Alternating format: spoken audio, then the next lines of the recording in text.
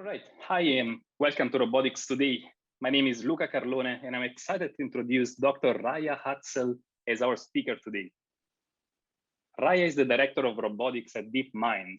Her research focuses on the challenge of continual learning for AI agents and robots, and she has proposed popular neural approaches such as policy distillation, progressive nets, and elastic weight consolidation to solve the problem of catastrophic forgetting. Let me say that Raia had a quite unique career path. After an undergraduate degree in religion and philosophy from Reed College, she started to be interested in computer science and ended up doing a PhD with Jan LeCun at NYU, focusing on machine learning for robotics. She did a postdoc at CMU, working with Drew Bagnell and Marshall Hebert, and then became a research scientist in the Vision and Robotics group at SRI International. Finally, she joined DeepMind in 2014 to pursue new solutions for artificial general intelligence. Raia's work has been widely recognized. Her thesis about learning long-range vision for off-road robots was awarded the Outstanding Dissertation Award in 2009. She's on the executive boards of ICLR, Women in Machine Learning, and CoRL. She's a fellow of the European Lab on Learning System and serves as a CIFAR advisor. Raia, thanks for being here. The stage is yours. Thank you very much, Luca. Looking forward to giving the talk. Thanks for the invitation and for the introduction. Let's see here. I'm going to talk a little bit about what I think would be a few different directions where we could go to a little bit of a different way to think about machine learning and robotics. But let me start first with deep learning. So as we all know now, deep learning is powerful because we've got big data and we've got these wonderful architectures, these deep learning models that really scale very well to fit the data set. And there's always sort of this notion of that we've got a lot of data, we've got this big model, and when the two scale together, then we can really achieve impressive things. This is well supported by large-scale compute and by end-to-end optimization. Now you can think about DeepRL as looking a little bit the same. Again, sorry, microphone problems. Again, we are thinking about a certain balance that we might imagine between an agent that we're training and an environment that we're learning in. With the difference being that, of course, in deep reinforcement learning, then we're thinking about the agent is actually generating its own data set that it's learning from by taking actions in the environment and learning from the observations that come back in order to maximize reward. Yes, the agent builds its own data set, and with this sort of simple view of it in a lot of ways, we've been able to come up with a lot of interesting things. We've been able to optimize over behaviors and discover things that are not obvious and not easy to directly encode, such as behavior, of course, of this agent that's learning to play an Atari game. And we can, using almost exactly the same approach, we can also see impressive behaviors emerging when we train an agent to, for instance, simply maximize its forward velocity. So this 56-dimensional humanoid model can be taught to run across a terrain and jump across gaps in quite an impressive way. This agent was optimized for a very long time until it could solve this task really, really well. And why does this work? Again, because we've got an agent that is powerful enough that it can fit to that environment that we've given it. It's essentially memorizing the entire environment, which is why it optimizes so well. This is impressive, it's fun, it's interesting, but we want to go a little bit beyond this.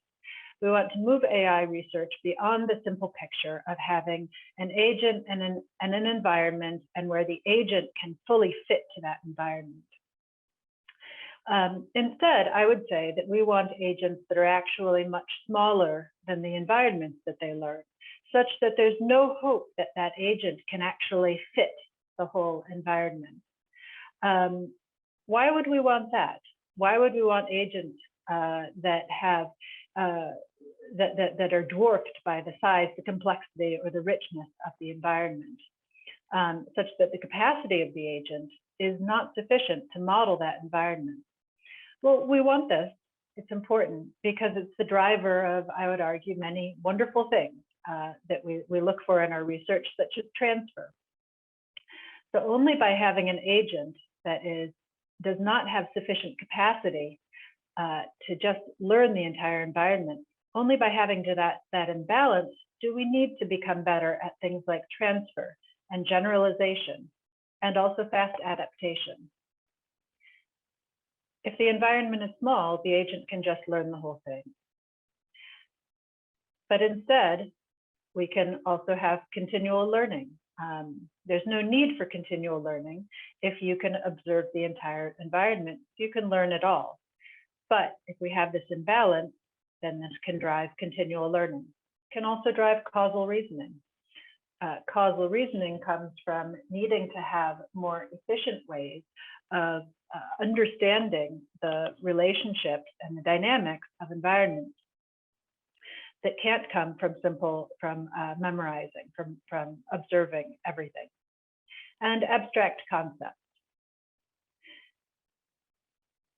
So first question, how do we make an environment complex? What does that even mean?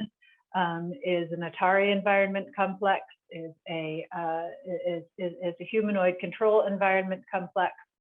Well, we can think about it a few different dimensions of complexity. So first of all, the observations that an agent takes in an environment. Real data has much more complexity than in a simulation.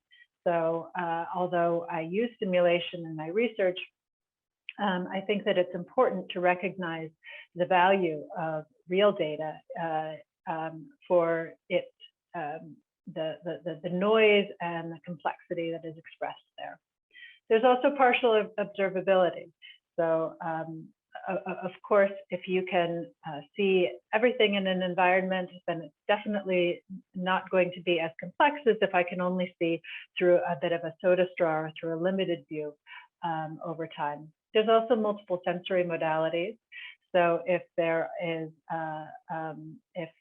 not only vision, but also audio, touch information, et cetera, in an environment, then it will be more complex. You can also look at the dynamics of an environment, things like interactions and contacts, having multiple agents. This greatly multiplies the complexity. And then we can think about the world itself. So a lot of research environments that we look at, or task environments for training robots or agents, tend to be very short-lived. We think about maybe an environment where we can perfectly reset things and have episodes that last very on the order of seconds. Instead, we can think about the length of time of the life of our agents, the experience of the agents, and we can think about worlds that are persistent, where changes made by one agent at one time would persist through, and those changes would be evident to another agent at another time. All right, so let's turn to how an agent can learn in very complex environments. So one way is through learning with multiple objectives. So one way, I believe, to deal with the fact of having a lower capacity agent and a more complex world is to use multiple reinforcement learning objectives, for instance, multiple rewards, constraints, penalties. There should be a rich scope of things that an agent is trying to achieve in any given environment. There can also be, of course, reward is not the only way in which we can learn. We can also include supervised learning and unsupervised learning, sort of all of the parts of the cake, as my advisor would say, former advisor would say. Another approach is to learn with many tasks or skills. So rather than learning a single skill, such as running with forward velocity to the end of a track, as that humanoid was trained to do. Instead, learning to do many different things in one environment is a great way for an agent to learn some of the different notions of transfer, of abstract concepts, causality, etc. And then the last point that I would make here is that learning with humans is something that we could do more of to enable agents to learn, even in these more complex environments. And that can include learning from demonstrations or learning through imitation, for instance, from a third-person perspective. Simple observation. I think that agents that can be taught just to learn from observing others in a complex world, this can be valuable. I think about this every time I'm out in the world with other humans and watching them and realizing I don't need to imitate them. I learn through simply observing what they do and the outcomes of their behaviors, and through language as well. So these are all sorts of areas. This is very general, but I just think that these are that we as a research community is spending a lot of time on optimizing for smaller domains and maybe simpler approaches, when really we need to embrace the complexity of agents as well as the environments that they learn in. So let me present a couple of research results that we've had recently at DeepMind. So the first one, and these are, both of these methods are about imitation, but imitation used in very different ways. So imitation can be used as a source of data, as a way to learn the fundamentals of movement, the fundamentals of control.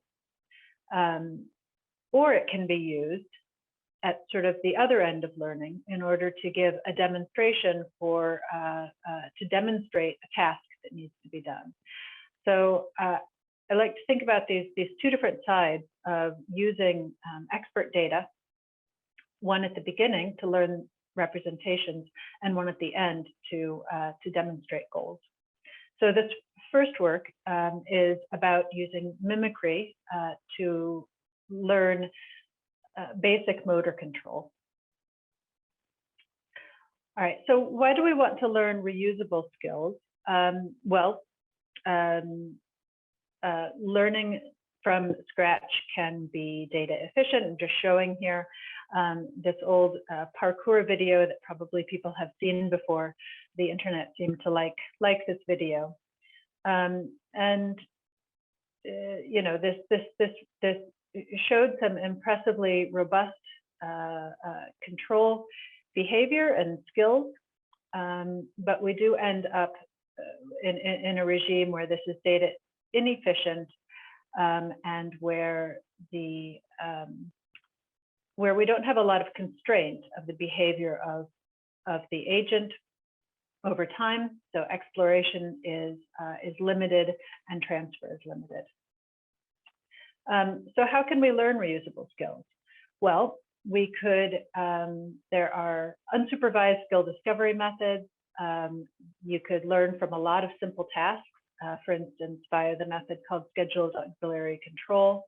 Or you could use demonstrations, which is what this work is based on, or specifically do joint training with tasks and demonstrations.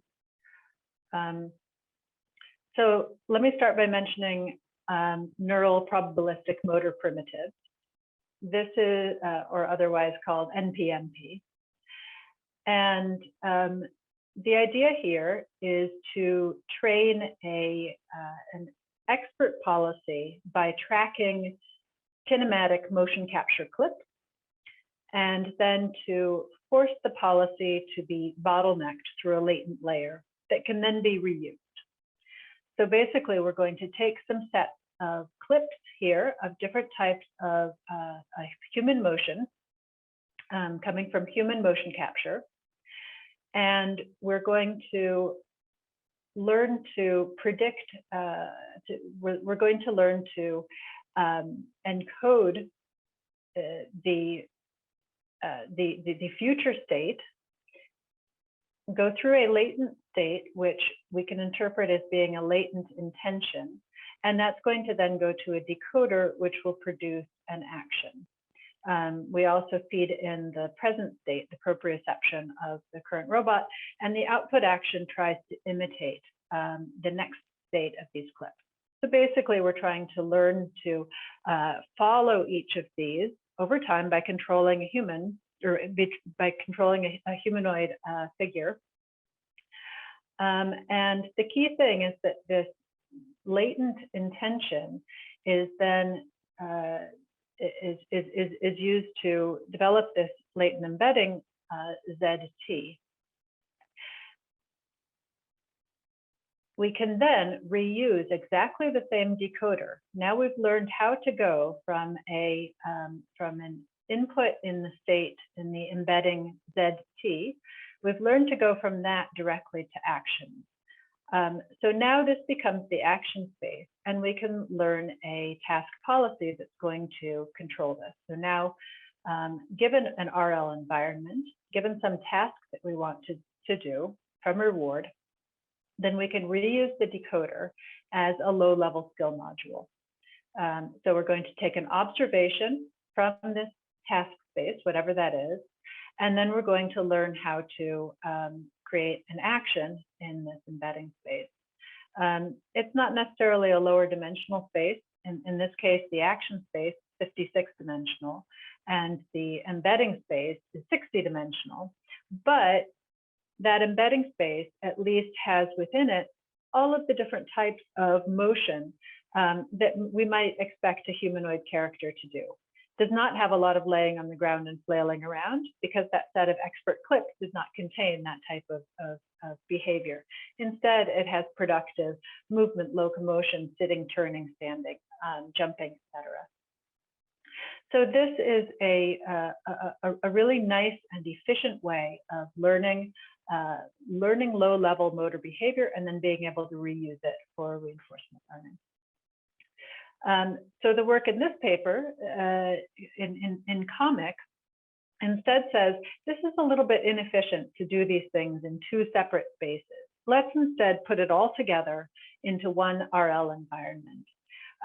So now we're going to take these both together. We're going to say, I'm going to take these expert clips and I'm going to try to imitate them. And I'm also going to take observations from tasks that I'm learning at the same time, for instance, go through this obstacle course.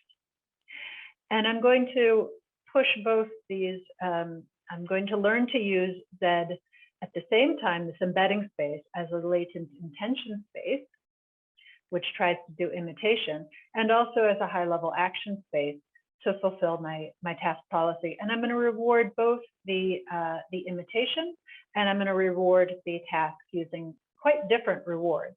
One is a reward that comes from following each joint position of the mocap data that we're trying to track, and the other one is a sparse reward from velocity. So the research questions that come, we sort of got this working together, these two different parts, put them together and said, let's just train the whole thing at the same time, co-training and mimicry. But then we wanted to say, well, how do the different architectures we could use compare here? How do they compare in terms of the tracking performance? How do they compare in terms of reusability? And how well does the joint training approach work? So in order to evaluate this, we use a motion capture data set from CMU, from the CMU motion capture data set, and the humanoid model, like I said, with 56 degrees of freedom. And in each episode, we sample a starting point from a lot of different clips and use a reward similar to the DeepMind paper. And where we have terms that are weighted to match different positions, joint orientation. We train this using on policy RL, using the MPO. The links are there for more information about these different approaches, and using KL regularization of the skill embedding space, of that latent space, which is important to make this work well. And then we tried out some different low-level architectures. So how do we want to have that decoder, that action decoder that becomes this motor module? How do we want to, and how do we want to represent that? So we looked at an MLP, we looked at LSTMs, mixture of Gaussians or product of Gaussians. That space, which have all been used in previous works with different success, and we just wanted to compare against these. And then, so we can look at different motion capture data sets and how they are valuable. So there are two small ones, one with just walking, one with just running, one that has more larger locomotion, a lot of different clips there, summing up to 40 minutes of data. And then we have a large sort of larger set of clips that has much longer sequences in it and a lot more motion, which is 3.5 hours long. For the transfer, for the joint training, then we looked at a couple of different tasks. First, we have a go to dot task, go to target task, and then two different parkour type of tasks where the humanoid needs to traverse gaps or wall obstacles. These tasks have a dense reward and they have egocentric visual observations. So these aren't done from state information, but they're actually done from visual information. Proprioception is available as well. And we also specifically looked at a couple of tasks that we knew were not represented in the data of the original data sets. So being able to get up from laying down is something that's not present in the motion capture data sets. So we knew that this was something that would need to be learned separately. And the other one was catching an object, which is not represented in the data set. So when we look at just learning the tracking performance, learning to track the motion capture data sets, then we can see that the best architecture is the LSTM. So this performs well across all of the different data regimes, whether or not we have a small amount of data or the very largest set. The MLP also performed well in all settings.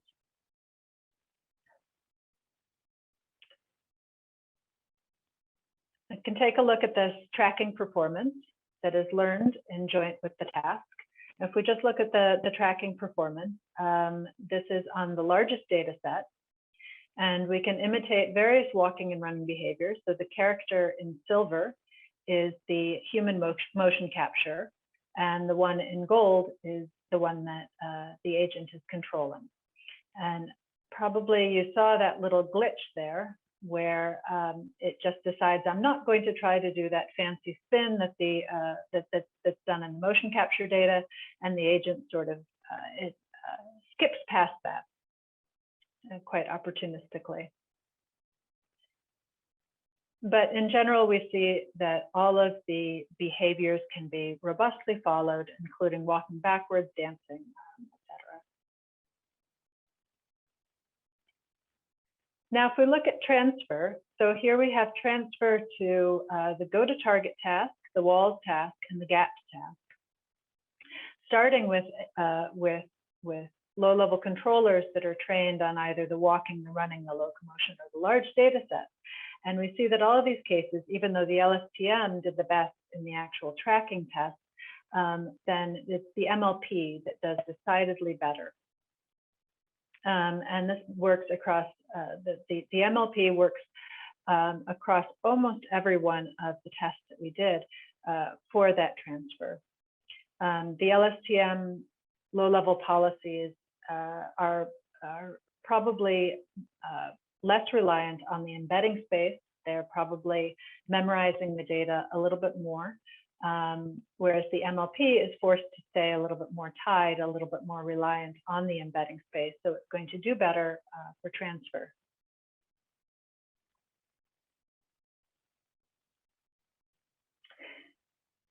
Here's a video showing one of the models traverse an obstacle course with gaps. This was trained simultaneously with the agent. So the gaps task is not present in the training regime, and it does do quite well on this training. Let's take a look one more time. Now, compared with the original parkour agent that I showed you, that is galloping across this gaps task, this agent does not do quite as well. That's because it's actually constrained by the latent space. Now, training on this task is no longer training all the way end to end, but instead the training stops at this at the latent embedding.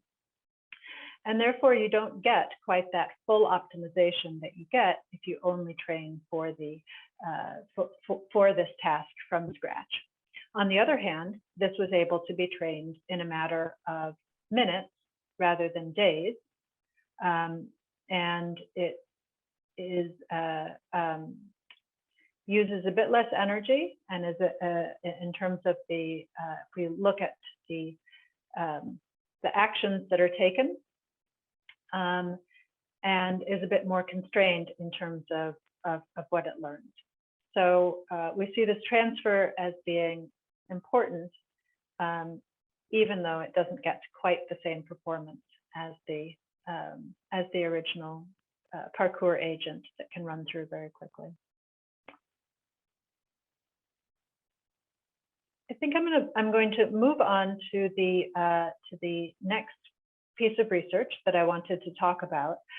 There's more details in this paper, which I would encourage people to look at. There's a longer video and a website that shows more of the results, some of the co-training results that I'm not going to go into here.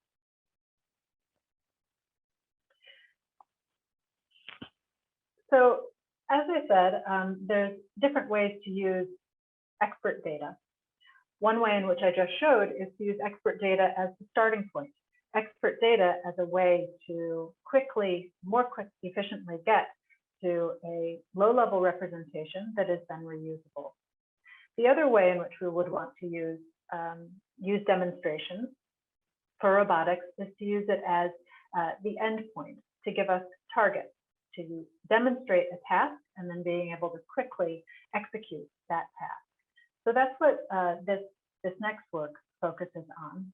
The title of this is Manipulator Independent Representation Learning for Visual Imitation.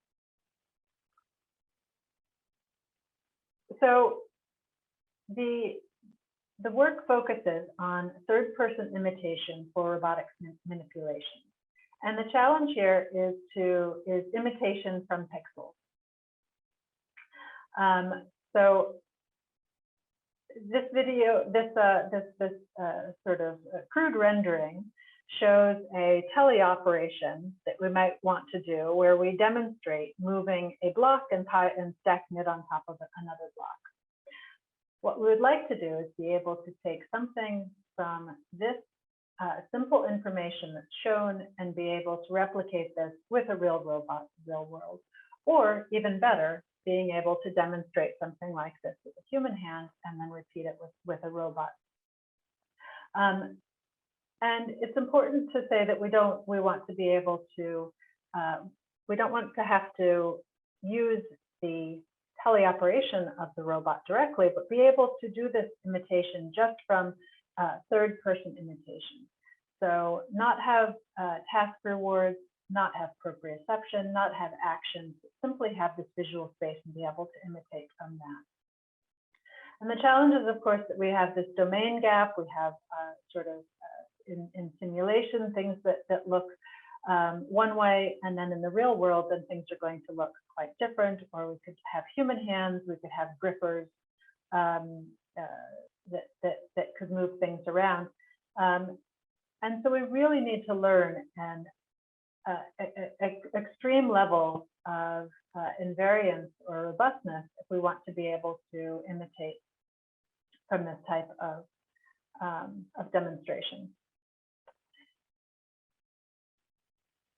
So the approach here, I will point to this this figure here, where what we see is a hand that is demonstrating a stacking of one block on top of another block. Human is here doing this. And we want to send the sort of sparse waypoints along the way. We want to send that through an encoder to a representation space, to a feature space, and then use that as a goal for an imitating agent to be able to follow the same action. There are related works in this area. So here is the imitation, the NPMP work that we just showed, and there's lots of other work that's been done in demonstrating imitation learning. A lot of this happens in model-dependent state space and often for locomotion. Existing approaches from pixels are often applied in the same domain or where there's a really limited domain gap, or requires manually labeled data, for instance, doing post extraction. So the approach that we have here is to focus on the representation needed in order to do this third-person visual imitation. So the main properties of the feature space we would like is that we would like to be able to do cross-domain alignment. So when we go from a real robot to a simulated robot, or a real arm, a human arm to a robot arm, from one type of robot to another type of robot, we want to be able to align those different domain trajectories. We want the feature space to exhibit temporal smoothness, and we want there to be actionable representation, meaning that the information in that feature space is sufficient that we can take that we can take actions. The agent can learn to take actions with respect to that, which means embedding the actions in that embedding space.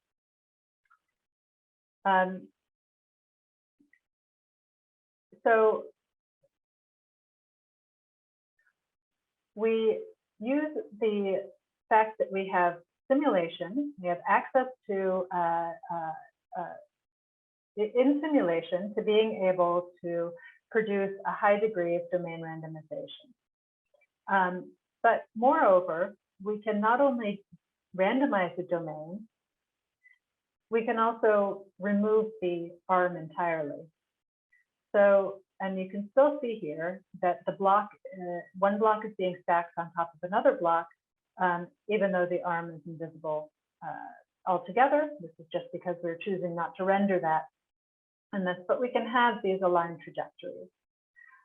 We can also align trajectories where we've randomized the entire domain and where we've randomized just the visual features of the arm. So these different randomized domain, randomized arm, and invisible arm are used in order to build a data set of aligned trajectories, and from there train our encoder. In order to train the encoder from this data set of aligned trajectories, then we use a variant of TCN, which is temporal contrastive network, time contrastive network, which we call temporal smooth contrastive network. And we train goal condition policies across the domain. So we want to be able to pair trajectories and learn the action that was taken in either case across these different domains.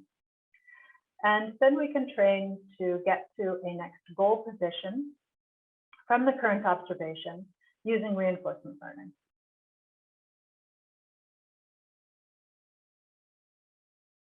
All right, so here we look a little bit into that feature space to see how the distances are in the embedding space. So we can take a robot arm at the first time step and compare it to a human hand moving through a given motion over 200 time steps.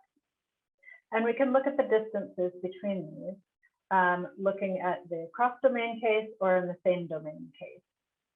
And what we hope to see here is that the method will have a relatively smooth, well-behaved distance measure across this as it goes from unaligned to more aligned over time.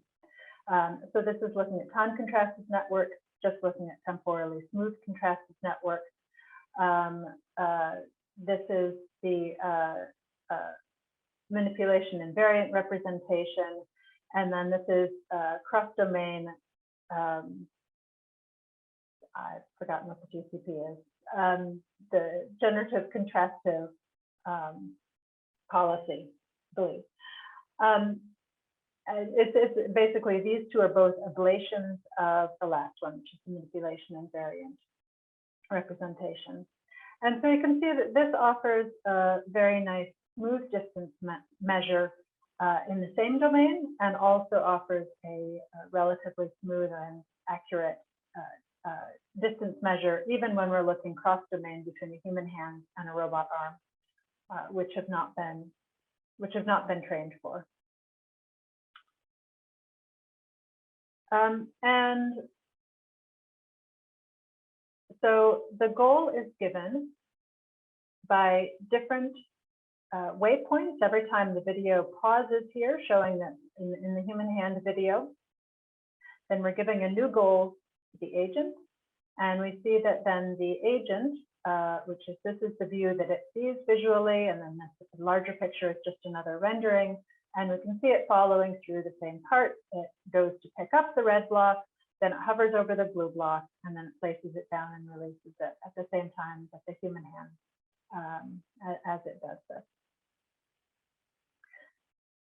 So obviously the environment has been trained on different types of blocks, different types of stacking and moving around, but note that there is no actual reward here that's coming from the task of stacking. The only reward is coming from trying to get to the goal points that are given in the video, the human hand. And no human hands were ever seen during the actual training sequence at all. It was purely trained on this, where in the three cases where we have the randomized arm, the randomized environment, and where we have the invisible arm. So that's given us a level of invariance in the representation that allows us to then match to the human hand, which hasn't been seen before.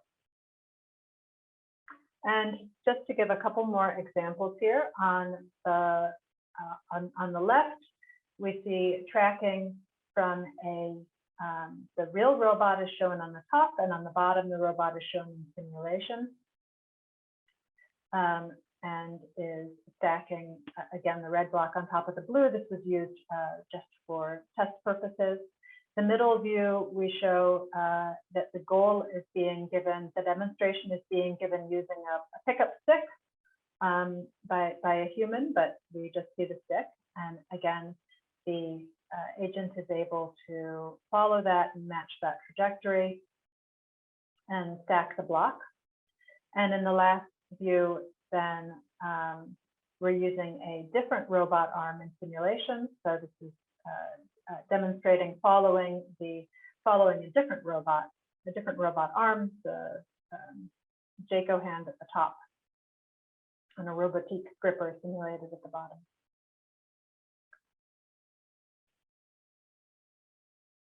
All right. Next, I just have a couple of quantitative results. We really tried to look at this carefully and understand what the benefits were of this manipulator invariant representation. So we looked at lifting success and stacking success across having different types of representations and different types of transfer. And in each of these cases, the most successful case is using the manipulation and variant representation.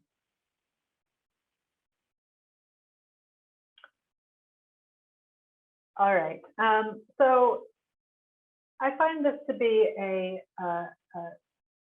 nice result that shows that one can use simulation in a pretty simple way to achieve really pretty significant invariance over different types of representations.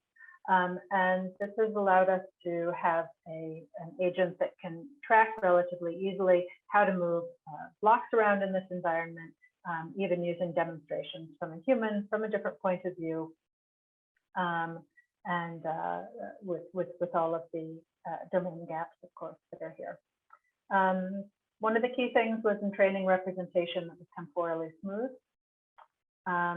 and allowed us to, like I said, achieve a level of robustness that is a good start for third-person visual imitation. All right, these are the two papers that I presented.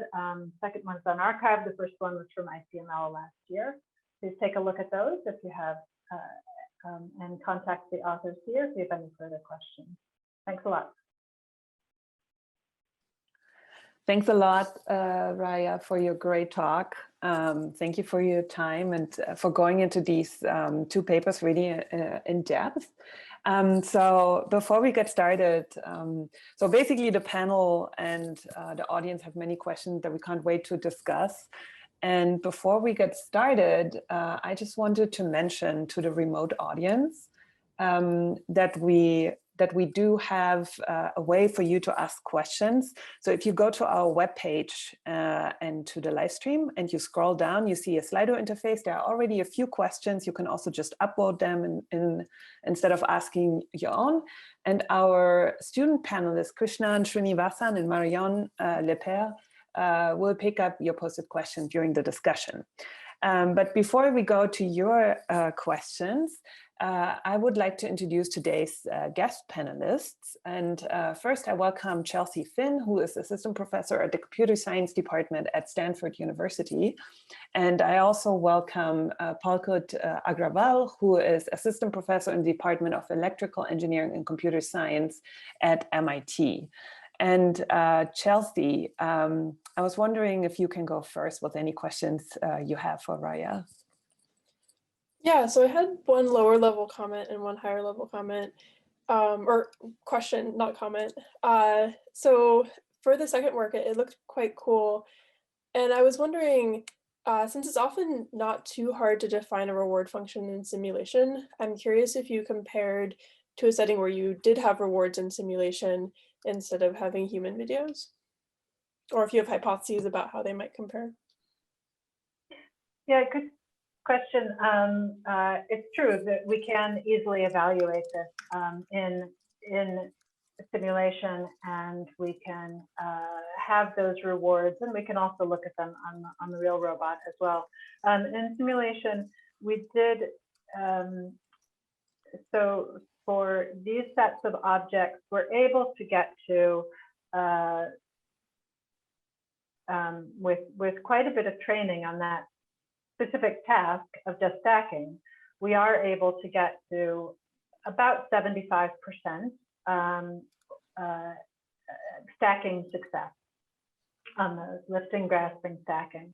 But it does come at the cost of having a reward that has to be, you know, that needs to be shaped in pieces, you know, learning to pick up, learning to stack, and learning whether to stack red on blue or blue on red, sort of making conditional, et cetera. So this work really did come out of saying, this is not a sustainable way. We need to sort of escape from the requirements of building these, of having more and more complex tasks come with these insurmountable rewards that need to be tuned and trained on, et cetera. So this agent can get to, I'd say, about half of that success, but without any customized reward or training for this task at all. Great, yeah, that makes a lot of sense.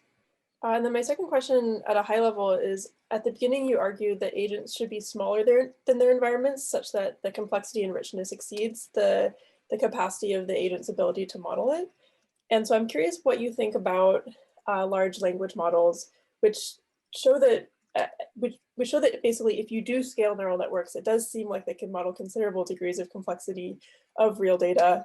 Do you think that robotics data is more complex than the language data that these are modeling? Do you kind of agree with that approach, or do you think that we're ultimately going to need different approaches? It's a good question. I wish that there was an equivalent source of natural data that could be used for robotics. Probably the closest thing is YouTube in terms of having large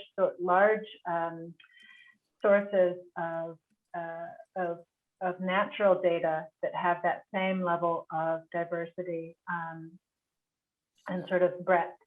But I don't think that we have a straightforward way of learning robotics from that type of data source.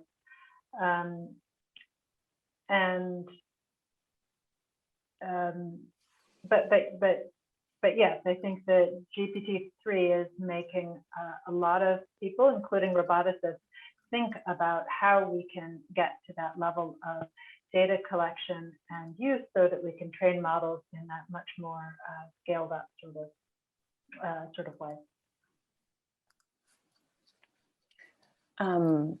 Yeah, thank you very much, Josie and Raia, for your questions. Polka, do you maybe have like one question for Raia? Yeah, thanks, Raia, for the talk. It was a very good talk. So one question I have is on the second part that you were talking about, manipulator invariant representation. So if for a moment, I put on my computer vision hat, it seems like if we had object representations or segmentation of objects, that would really help us be manipulator invariant. But in the learning community, we try to learn representations from scratch for every task that we do, right? And the reason is that segmentation methods don't end up working that well when we transfer them to our robotic tasks. So I'm wondering, what's your perspective going forward? Right? I mean, should we, start learning, keep on learning, doing representation learning, or maybe try to see how we could leverage learned segmentation models or, knowledge we collect from previous tasks so that we don't have to learn representations for new tasks? Yeah, thanks for the question, Polka. I